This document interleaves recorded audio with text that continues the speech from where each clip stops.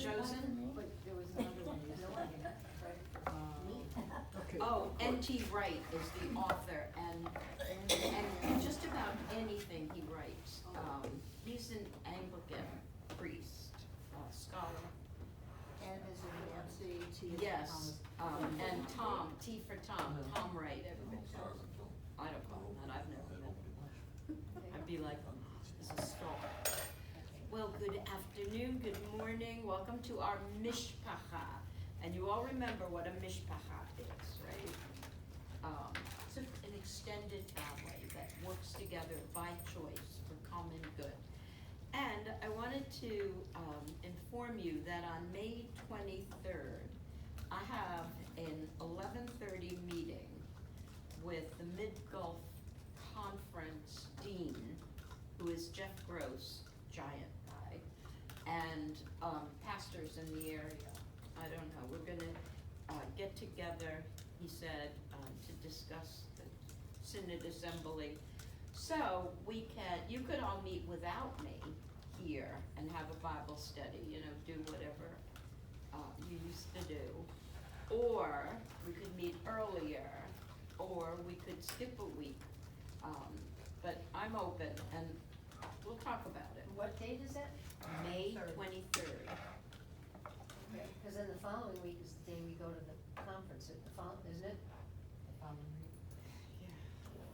So then we won't meet then either, right? Depending on what time we leave. I've got that first call, it's crazy, it's just crazy. I show that you're leaving for the Synod Assembly on Wednesday, 4 p.m., not Thursday. Oh, really? Okay. Yeah, well, so we won't be here for Thursday. Okay. Same difference, right? Not really, because I got the dog or don't got the dog, it's a big difference. Well, I am working with your permission, I stopped, until I have your permission, to invite, a guest speaker to this program, Marcy Vitkus. I don't know if you've had the opportunity to meet her. She's going to be ordained as the new rabbi at JCV, in June.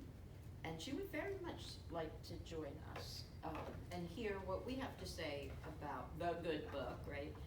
And we're working out the timing, deciding what it would be best, and we were thinking, because her congregation, same as ours, loses membership in the winter with snowbirds.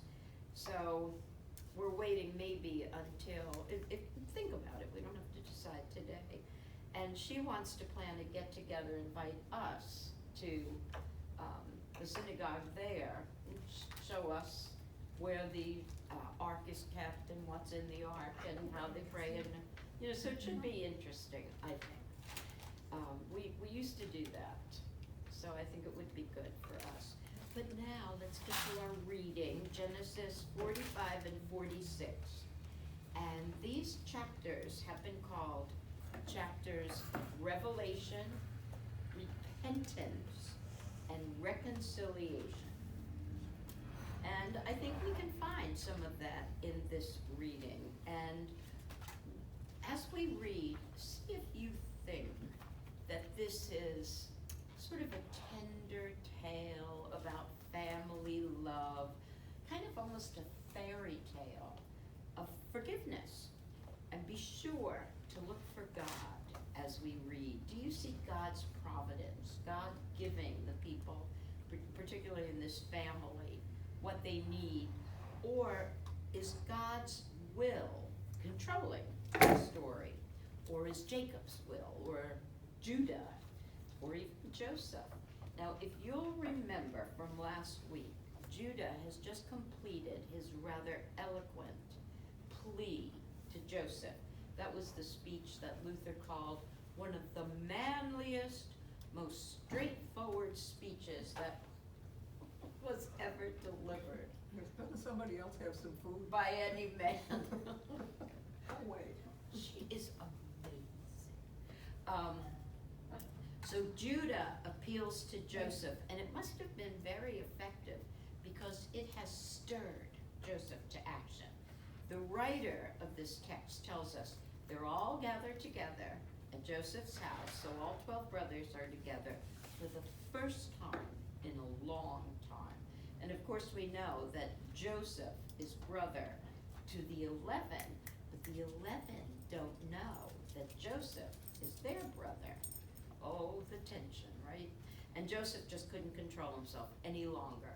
He cried out, "Everyone get out of this room," and he was speaking to his household staff. He wanted to be alone with his brother. He wants privacy. This is a family matter. So now Joseph is alone with his brothers, and he reveals himself to them. And he starts to weep. And he weeps really loud. It's more like wailing than weeping. And we know this because the writer says his sobs were so loud that the Egyptians could hear him, and they were way down the road. So of course, Pharaoh found out. News travels fast in Egypt, especially bad, sad news, and all that sobbing sounded bad, really bad. And Joseph doesn't even think about the Egyptians overhearing him sob. He is only focusing on his long-lost family. And he turns to the 11 brothers and says, "I am Joseph. How is my father? Is he well? Is he still alive?" Now Joseph already knows, right, that father Jacob is alive and well. Judah just told him all that in that eloquent speech. But Joseph asks anyway, but he doesn't get an answer because the brothers are dumbfounded. They're speechless and they're terrified. They probably thought, "We're really gonna get it now for what we did to Joseph then." Maybe. But don't you think the revealing of Joseph to his brothers is rather anticlimactic? This is a really good writer here. And Joseph just blurts it out. But in a way, it is rather nice that Joseph's first thoughts are about his father. I thought that was nice. So picture this. Joseph's all weepy, and the 11 brothers are just sitting there, mouths hanging open, in shock. And then Joseph speaks again, and he says to them, "Come here, come closer to me." And when they did, he said, "I am Joseph, the one you sold into Egypt as a slave." Now that doesn't sound good, right? But we could definitely hear rebuke, but we don't hear reassurance.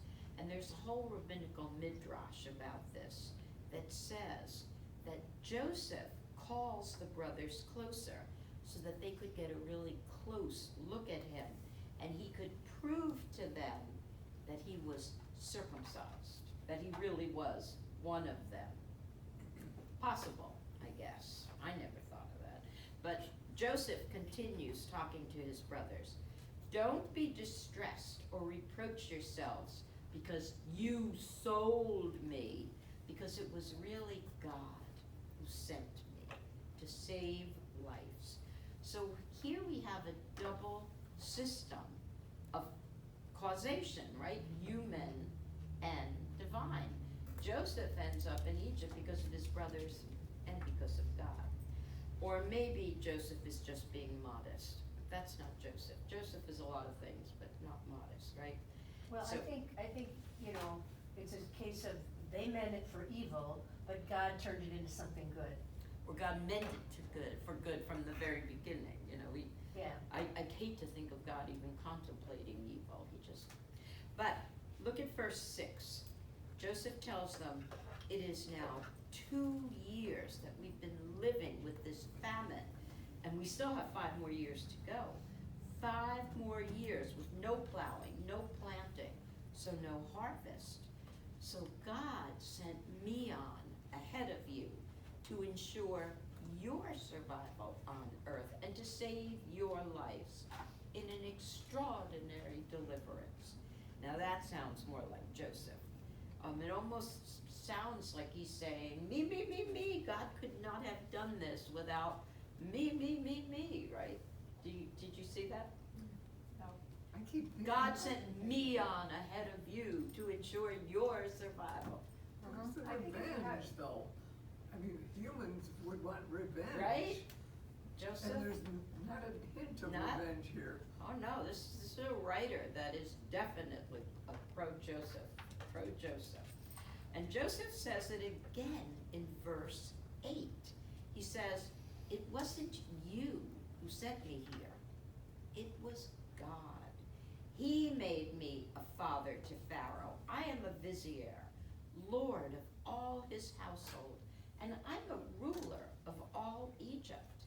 Now Joseph has finally stopped saying sold, and finally he emphasizes God's role in the plan. But still, this sounds very much like the old Joseph, the pre-pit Joseph. He tells them, "I am the ruler over all, including you, just like I dreamed all those years ago."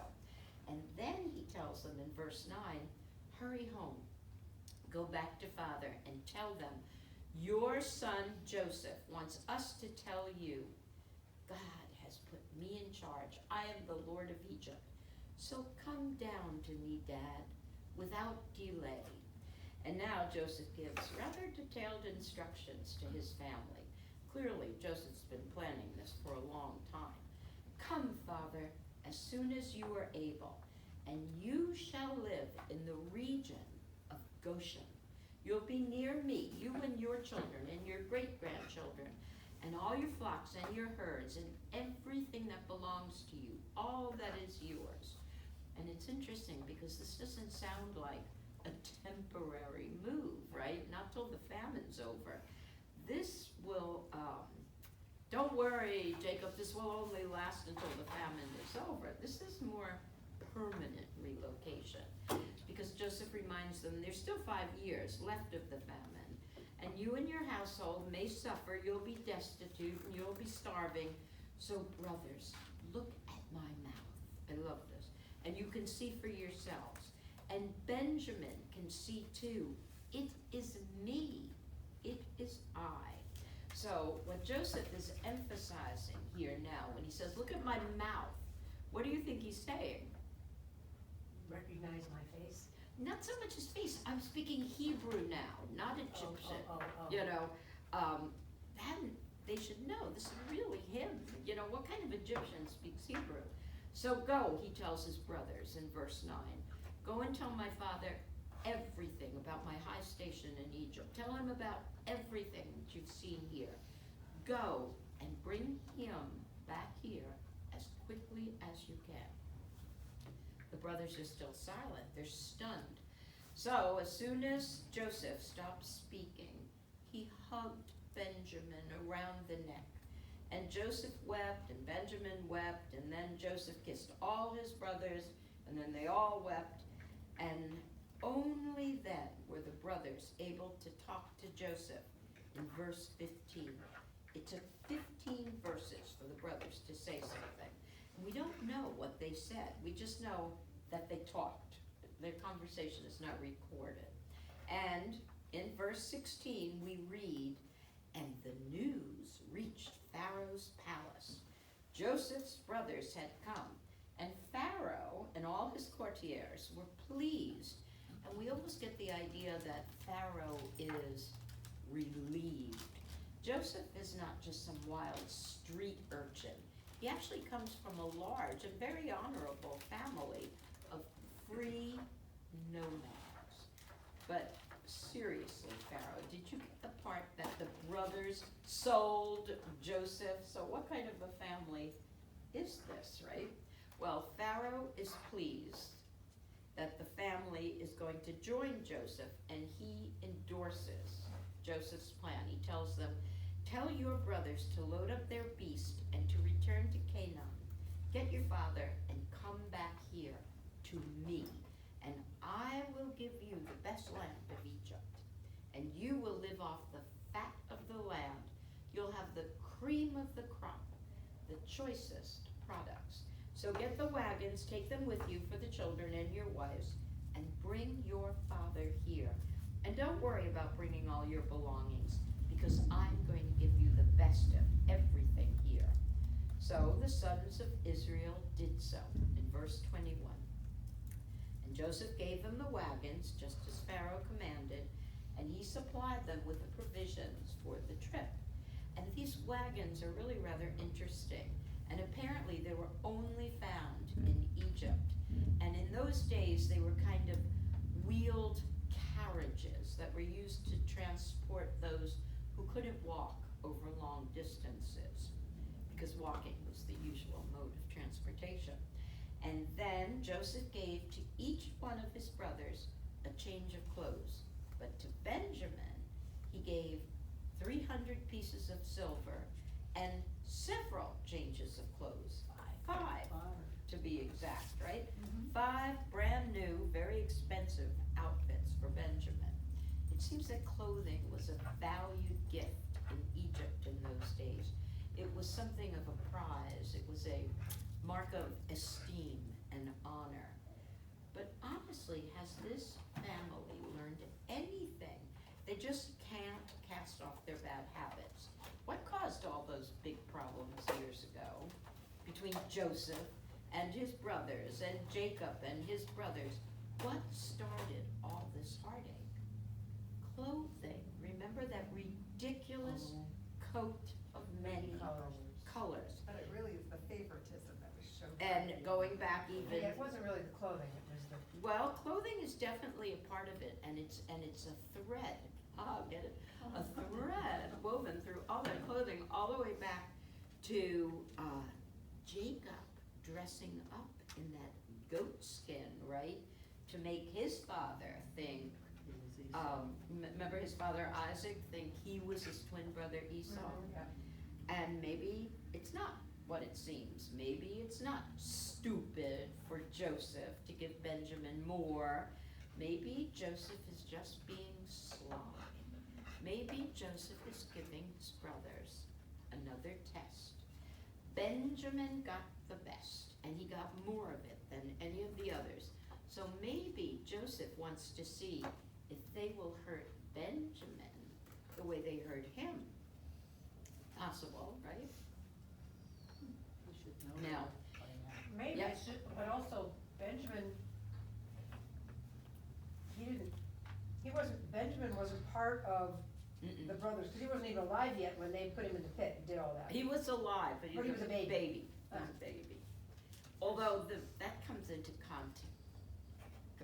contradiction too a little bit later. But take a look at verse 23, because we read that to his father Joseph sent the following: 10 asses, donkeys, laden with all the best things in Egypt, and 10 she-asses with grain and bread and provisions for his father on the journey. And as Joseph sent his brothers on their way, he said to them, "Don't you dare quarrel or fight along the way, because I gave more to Benjamin and Dad." It's another test, maybe. So the brothers went up from Egypt to their father in Canaan. And they didn't exactly break the big news gently. They told Jacob in verse 26, "Jacob, Joseph is still alive, it's true, and he's ruler over the whole land of Egypt." And then Jacob said, "I don't believe you." And Luther writes extensively on this. He says, of course Jacob didn't believe them. This is what happens to liars. Jacob is a liar, so that even when he's told the truth, liars can't recognize the truth. I don't know, did your mother ever tell you that? I never heard that before Luther. Well, Jacob may not believe them, but he keeps listening to them. And then he sees the Egyptian wagons, and then he begins to believe. And then the text says, as soon as he believed them, his heart fainted. It went numb. His heart stopped. Oh no, Jacob, don't die now, right? Things are about to become so much better for the whole family. So then Jacob's heart woke up. His spirit revived in verse 27. And in verse 28, he said to his sons, "Enough." And the author calls him Israel here. "Enough," said Israel. "My son Joseph is alive. I must go there and see him before I die." And that's the end of chapter 45. So it's sort of a cliffhanger, right? And lots of questions about chapter 45. Like, why did Pharaoh send all that stuff to Canaan when this whole huge family is just packing up everything and coming back to Egypt? They're not gonna be staying in Canaan for very long, right? So, what do you think Pharaoh sent them? Things to eat, probably, and new clothes. And I think an intriguing question is, what would have happened if Jacob had refused to leave Canaan? What if he said, hogwash, Joseph is dead, I know it, you know it, so I'm not going all the way to Egypt to die. I'll just die here in Canaan. Let me just die here. What would have happened to the covenant, right? Well, we don't have to ponder that because Jacob decides in a flash to leave Canaan and go to Joseph in Egypt. But watch carefully in chapter 46 because this family story is about to become a national story. And we're about to witness a family reunion, but this family is about to grow. So chapter 46 begins. Israel set out with all that was his, and he came to Beersheba, where he stopped and offered sacrifices to the God of his father Isaac. Now, scholars say that Jacob was probably leaving Hebron. Do you know Hebron? That's where they lived. Hebron, it's a very dangerous neighborhood today. Always has been, actually. It's in the West Bank, which is that other part of Palestine on the other little side, tiny side of Egypt, of Israel. Very different. It's around, not Gaza. It's on the other side of Israel, around Jerusalem. And he was probably traveling on the very important north-south road that links Hebron with Beersheba. It's about 25 miles, and that road is still there. So now Jacob and the family are in Beersheba. And if you'll remember, way back in chapter 26, this is the same spot where Isaac built an altar to God. And Jacob probably uses that altar for the sacrifice, since the text doesn't say that he built a new altar. And after the sacrifice, Israel has a very nice dream. This family and their dreams, right? Well, in this dream, or night vision, as it's called here, Jacob hears God. God calls him, Jacob, Jacob, and Jacob answers, here I am, Hineni, Hineni. Both of me are here, Jacob and Israel. And did you notice the almost fusion of the two names? And did you notice Jacob, or Israel, answers exactly as Isaac did, and Abraham did. Hineni, here I am. It is I, here I am. And God tells him in verse 3, I am the God of your father. Do not be afraid to go down to Egypt, for I will make you a great nation. I myself will go down to Egypt with you, and I myself will bring you back, and Joseph's hands will close your eyes.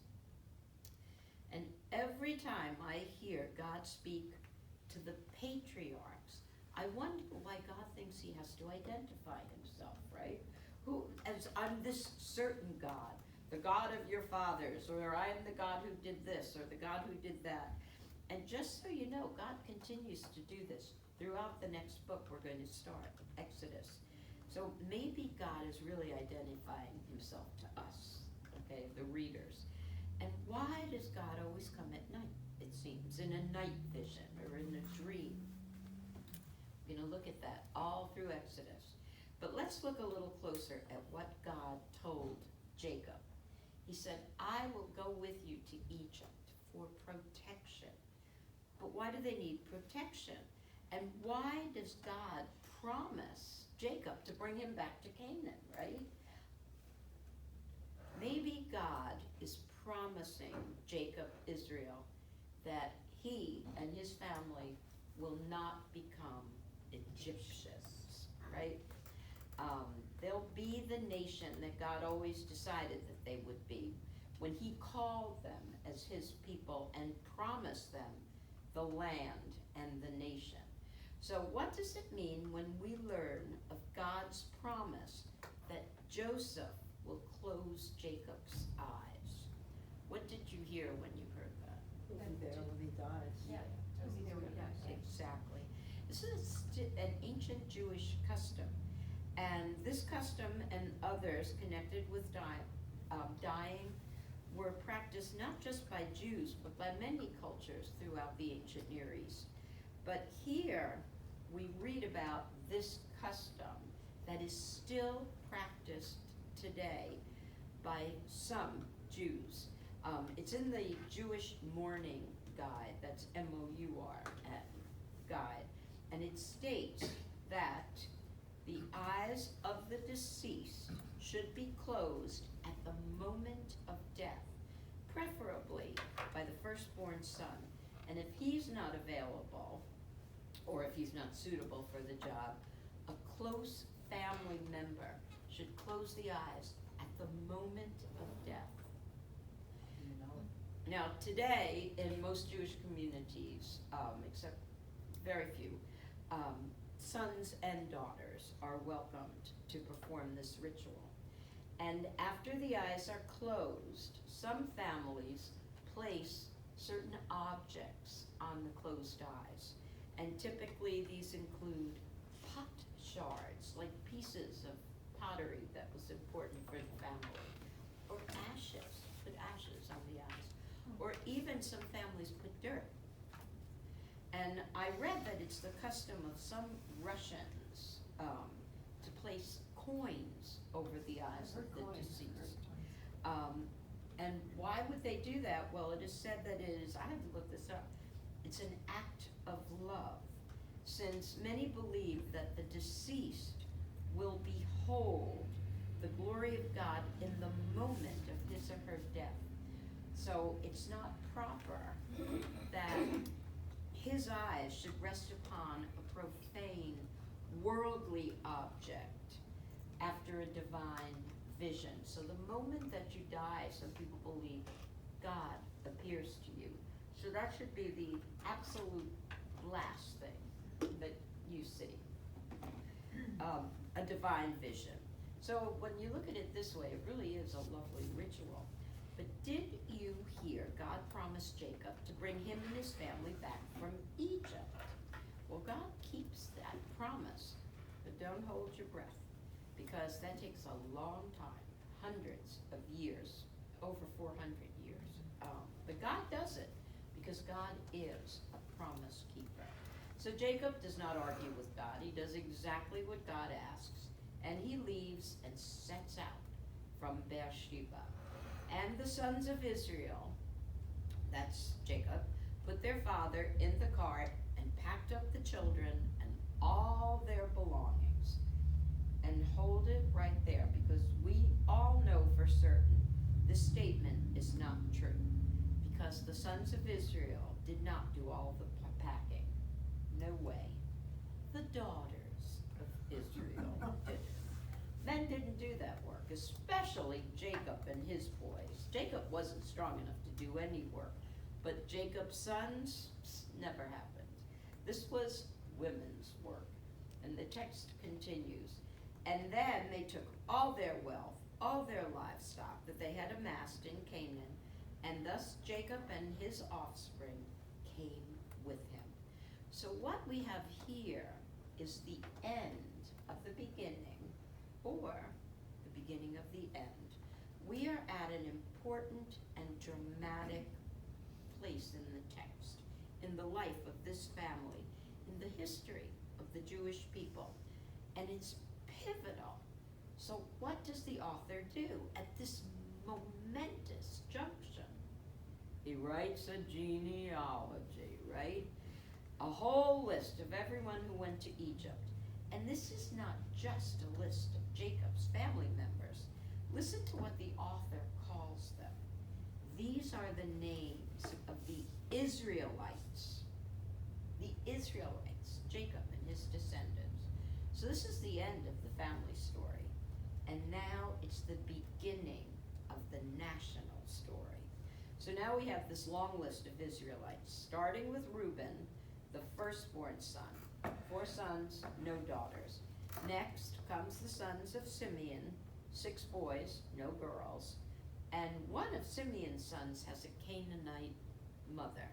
So he's not pure, I'm just saying. And then Levi, 3 sons, no daughters. And then Judah, who's out, now actually number 1 son, even though he's the 4th born. But he replaced Reuben, but Judah will soon be replaced by Joseph.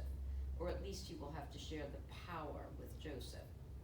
Well, Judah's sons are listed. And now we know a little bit more about the sons of Judah. We know that Judah's firstborn son was Er, and he married a Canaanite woman, Tamar, remember? And then God killed him for no reason. And we know that Judah's second-born son married Tamar, and God killed him too, but for a good reason this time. He was wasting his seed through masturbation. And we know that Judah tried to save his third-born son, Shelah, by keeping him away from Tamar.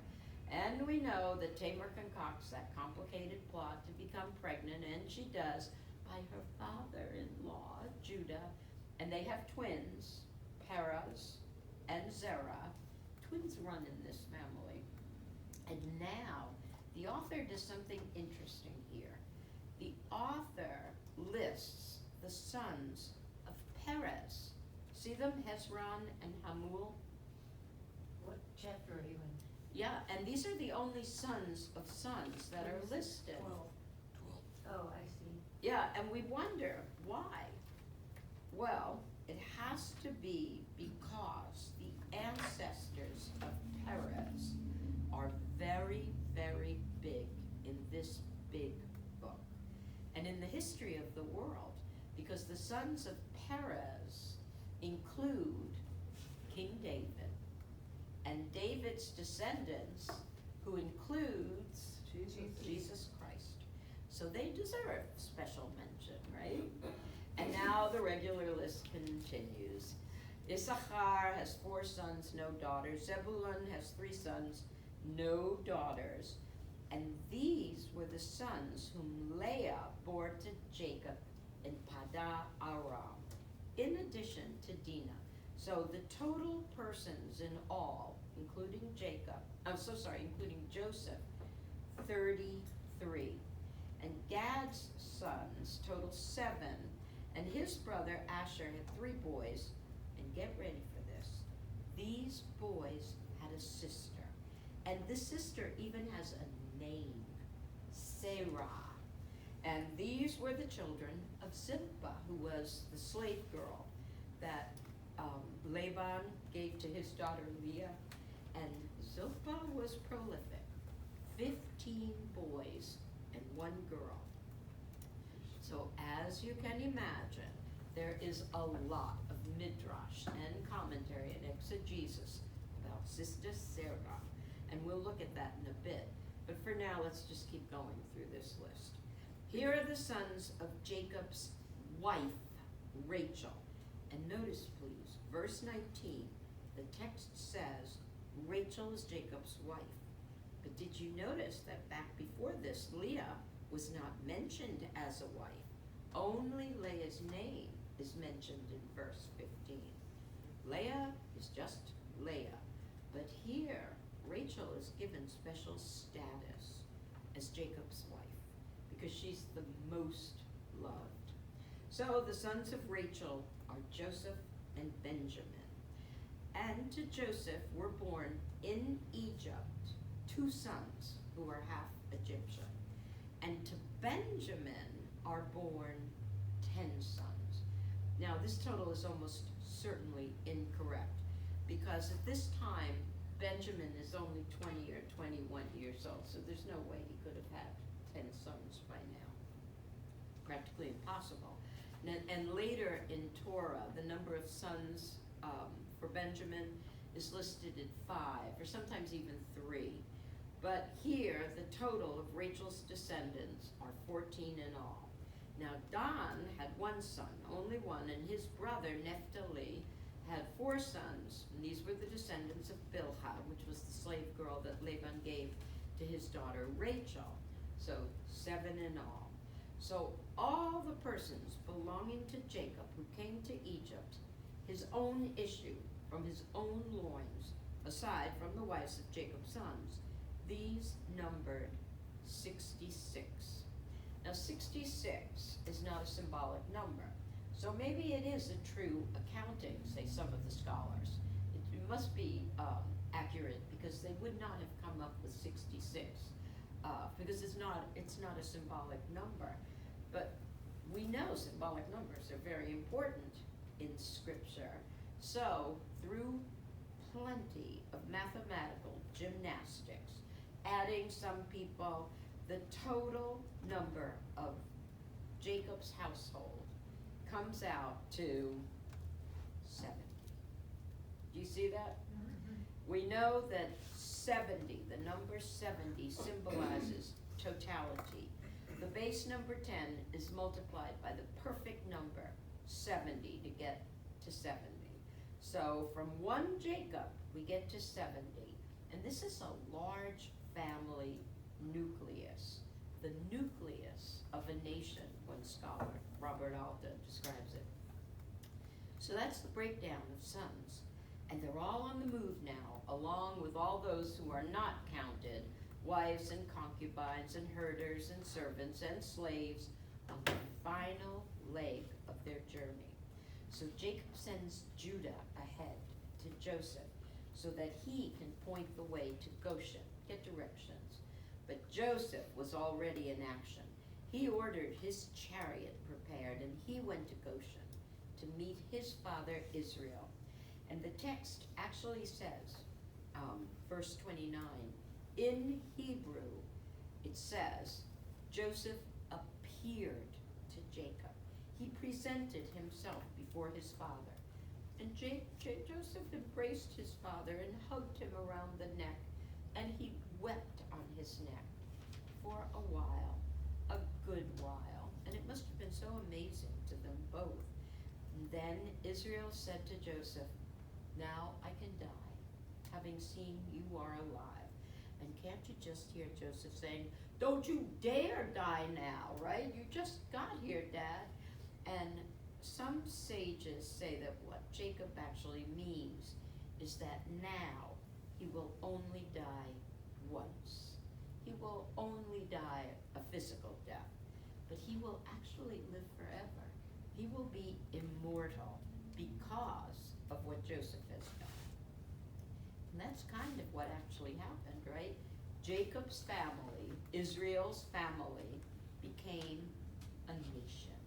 And Martin Luther got really sappy about this verse. He was touched deeply by the love that this father had and the son had, that they had for one another, Jacob and Joseph. Now, if you know anything about Martin Luther and his life, Luther's father, Hans, was not a warm, fuzzy kind of guy. He was off Russia, and, very That's kind how of, Germans were. Yeah. Still are in some cases. Some, yeah, absolutely. So They Martin, love their children too much because so many of them died when they were young. Yeah. And life was hard. Absolutely. Yeah, children, they were hardly even recognized until there was some hope they might survive. Because getting to age 1 year, was 50-50. So Martin Luther found real comfort in these verses. It was like the father he never had. And the text continues. Joseph is now giving this newly arrived family very specific instructions that may sound a little strange. He tells them, I'm going to see Pharaoh now to give him the news. I'm going to tell Pharaoh, my family is finally here. My whole family from Canaan has come to me. Joseph continues to speak to his brothers, and I'm going to be sure to tell Pharaoh that you are all What are they? Keepers of livestock. Shepherds. You heard that correctly. Joseph wants Pharaoh to know that the men in his family are shepherds and that they have always been breeders and keepers of flocks and herds. And remember this, he says to the brothers, remember this, so that when Pharaoh summons you and he asks you, what is your occupation? You shall answer, your servants, Pharaoh, have always been breeders and keepers of livestock from the start until now, both we and our fathers. So strange, right? Joseph tells them they must say this so that they can stay in Goshen. Well, why? Well, the text explains. For all shepherds are abhorrent to Egyptians. Every shepherd is hated in Egypt. And that's the end of chapter 46. And seriously, that's a very strange ending. Especially since there's absolutely no scholarly evidence that Egyptians hated shepherds. So why do you think the author included this in the text? It's just one of many questions for us about today's reading. So let's ask some of them and propose some answers. But let's start with that intriguing little female, right? Sarah, the daughter, granddaughter mentioned in the genealogy. Who is she? Well, she had to be very special, right? Because the genetic odds of this family having 69 males and 1 female offspring is impossible. So why is this impossible female here? And by the way, the Torah never mentions her again. There's no texts about her in scripture at all. Lots of stories and traditions and speculations. Sarah is the daughter of Asher and Leah's girl slave, Zilpah. Prolific little Zilpah, right, who bore Jacob 15 male children and this 1 female child. So who is she? Well, say some rabbis, she's truly special. She's beautiful, all special girls are, and talented. She's very, very talented. And she plays the harp like an angel, and Jacob adores her. So no wonder she's the member of the family that was chosen by the other members of the family to break the big news to Jacob about Joseph. She was chosen by her father and her uncles to tell her grandfather that his beloved son Joseph was still alive. And why Sarah? Because she was so gentle, and she could play sweet, sweet harp music when she told him about the news about Joseph. So And that if she's never mentioned in scripture again, then how do you know this? well, this is what exegesis, hermeneutics, this is what we talked about drash is. You know, where you put in, we all do it. We all hear things. You make up a story is what I'm hearing. Oh, do we? Do we make up a story?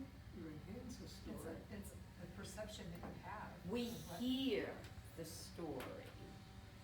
And we don't always hear the same story at this table. We all hear a little bit Just like differently. the grandfather who told the That's exactly right. child that, you know, this is why you don't do such and such, because this is what happens when the facts were not lined up with that. Exactly.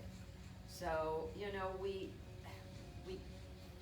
gonna talk about this. We're gonna talk about this more, but just let's listen to, because I think it's a sweet story about Sarah, and it's probably new to you. Did you know her before this? No. No. She's just a lovely character. It's a maybe, Yeah, Sister May. it could be. Could be. I love that. Because she performed this very special service so sweetly and so perfectly, she received a blessing from Jacob, say some of the rabbis. And there are actually 2 versions of this part of the story about the blessing. And the first is that the blessing that Sarah gets from Jacob is a long life and she lives a long, long time, at least all the way through the book of Exodus. And the story goes that 400 years later, she's the one who tells Moses where he can find Joseph's bones so that they can be gathered and carried back to Canaan, to the cave at Napelha to be buried. Now the other version of Sarah's story is that Jacob loved her so much that he gives her a special blessing, and that blessing is for an even longer life, a forever life. She never dies. She lives forever. Just like, who's that guy that popped up on the mountain at the Elijah, just like Elijah. She goes to paradise alive. And it's rather intriguing that this text here is in Torah at all, because we all know the odds of having this many male babies and just one female baby is inconceivable. We know there were many, many more female babies born to this family. But this is the Bible, and we've talked about this before. The reality is that females were omitted. Women intentionally not mentioned. So this mention of Sarah, and it's just a mention, it must have been important. You know, so that's why you said, well, I hear you making up a story, but we have to infer. No other women are mentioned, so there had to be something special about this woman. So given the information that we have, what could be special about her? We know has to do something with Jacob, something with Joseph. And that's how we get through those inferences to hermeneutics and exegesis and midrash, you know, trying to figure it out. Now the reason for her importance is absolutely lost. Might have been books, other books about her, tablets, papyrus, but they're gone. And there are lots more questions, so we can't discuss them all. So let me get to one that's been puzzling me and maybe puzzling you too. Why is it written that the Egyptians hated shepherds? Chapter 46, verse 34. Shepherds are abhorrent to Egyptians. There's no scholarly consensus and no rabbinical conclusions, no commentaries, scholarly or otherwise, that offer a definitive answer to this question. And how could anyone hate a shepherd, right? When you think of shepherds, don't you think of the good shepherd, Jesus, tending and protecting his flock, Yeah, and then thinking about those shepherds who were in the fields, you know, the night that Christ was born and hurrying to Bethlehem to see the newborn king. These were sweet, gentle men who have come to worship. Well, say the scholars, you gotta rethink that, because, They were in the fields forever, they smelled bad, they were Yes. dirty. and they had a horrible, horrible reputations. We think gentle, sweet, but scholars say they were really SOBs, big time. And they were tough, hard men. And they had to be, because they spent almost their whole lives outdoors, right? Fighting fierce predators like lions and wolves and other sheep stealers, men who preyed on their herds. And as Elaine just said, we can safely assume that they all smelled bad, awful, and they didn't have good hygienic behaviors. There was no water out there. They didn't bathe regularly. Egyptians were clean freaks, Oh, they were nuts. so they would And they- not want a dirty shepherd around. And they still are. They still have that reputation. It's interesting. Didn't the Egyptians raise cattle? They raised cattle. And were But- they big carnivores? But, oh, absolutely, but cattle kind of take care of themselves. You could put a herd of cattle in a field, come back in a few hours, and they'd still be there. Sheep have no sense. They'll go this way, they'll go that way. They see a river that's raging, oh, I'll have a drink. They're down the river.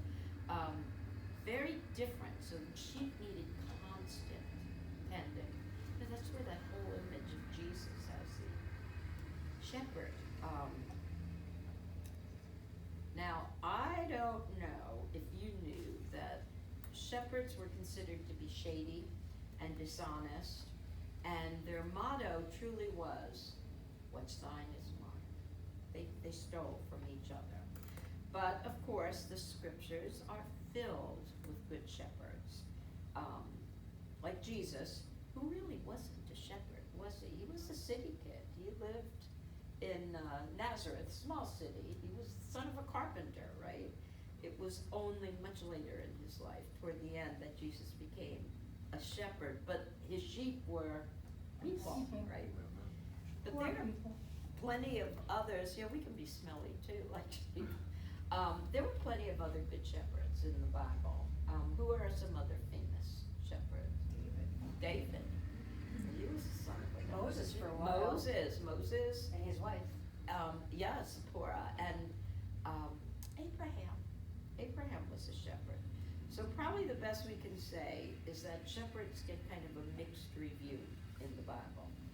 But Egyptians, as just mentioned, were city people, or they were farmers. But they stayed in one place, right? The very opposite of shepherds who moved around with the herds. They were nomads, and Egyptians did not like nomads. So it was probably a good thing that God and Joseph and Pharaoh situated this Jacob's family, a family of shepherds, in Goshen. So if you think of Egypt, Goshen is way up here, away from the cities and the farms. It was sort of isolated, and isolated not only geographically, but also culturally, because this was good for the Israelites too. It would keep them from assimilating, not only to the customs of the Egyptians, but especially to the religion of the Egyptians. This was the only way to keep Israel from becoming Egypt. And it sort of worked. We know that they kept some of them.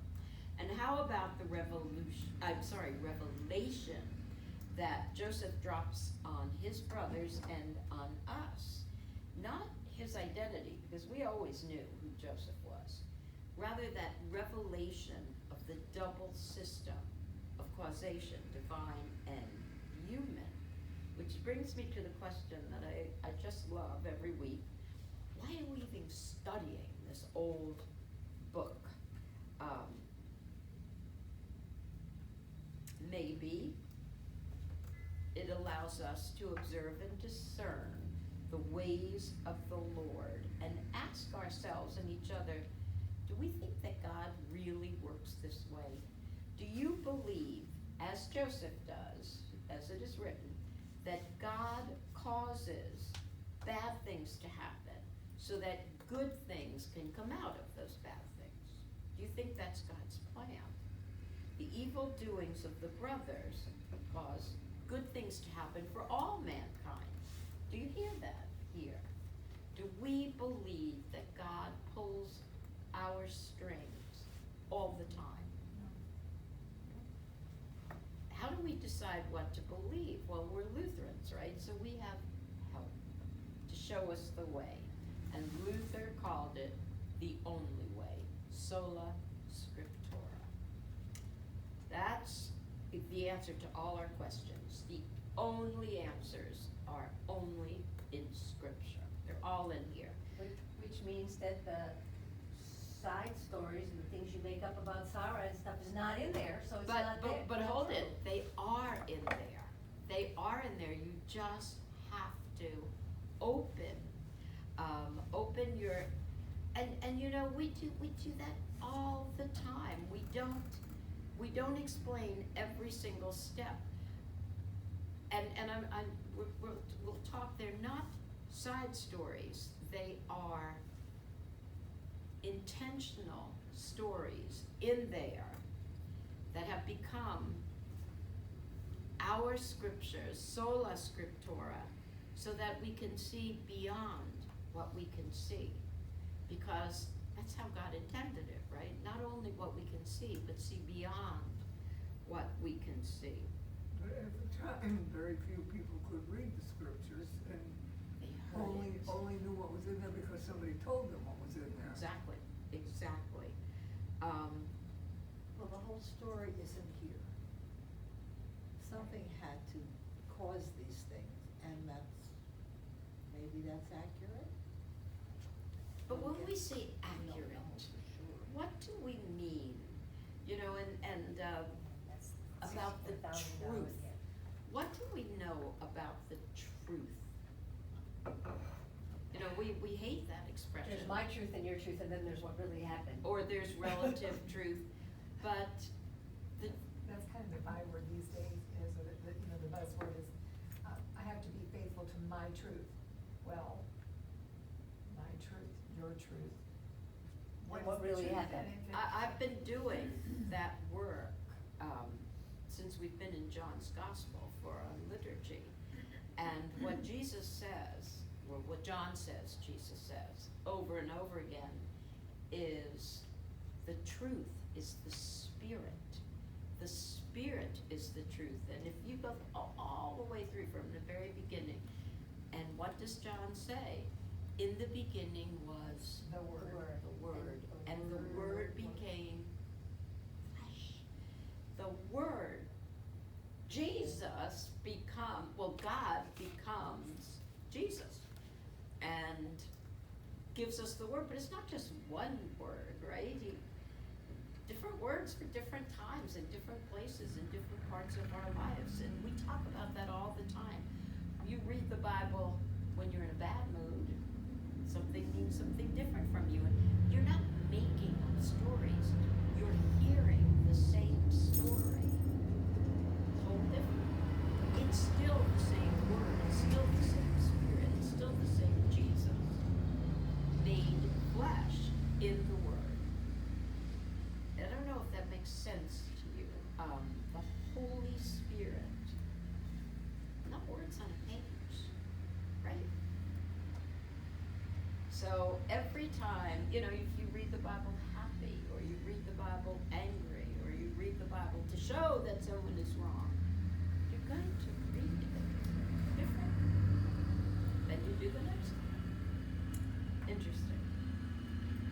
So let's just get back to the drama of this. But do you see what I mean about black and white? Scripture isn't black and white. No, it's not. So it's not just what's on that page. That's why we invite, anytime we open Scripture, we invite the Holy Spirit to breathe on us, and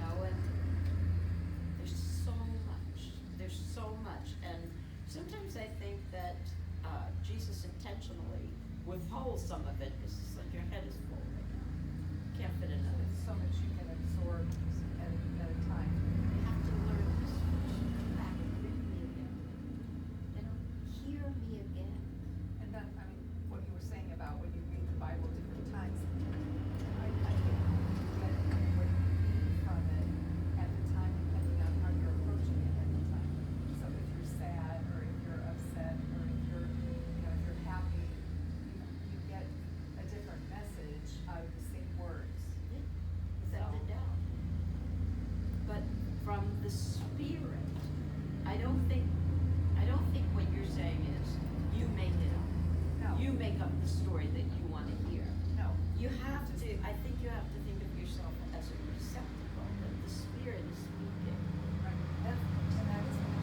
Yeah. The words are the same, it's kind of like just the facts, ma'am, these are the facts, but if grandfather is watching something happen, and he sees what happens, but this is how it affects him, because he wants the result to be that his daughter or granddaughter or whatever is going to be Puts the safe phone and in her learn a pocket. lesson from that. Don't walk and text at the same time, because you're gonna get run over by somebody. This actually Hit did- by bus. Yeah, well, this actually did happen, in Orange Park. There was a young girl who walked out right in front of her bus and on a major road, and a car ran her Oh. down, and they had there was no way they could have stopped. She just walked right out in front, she was reading her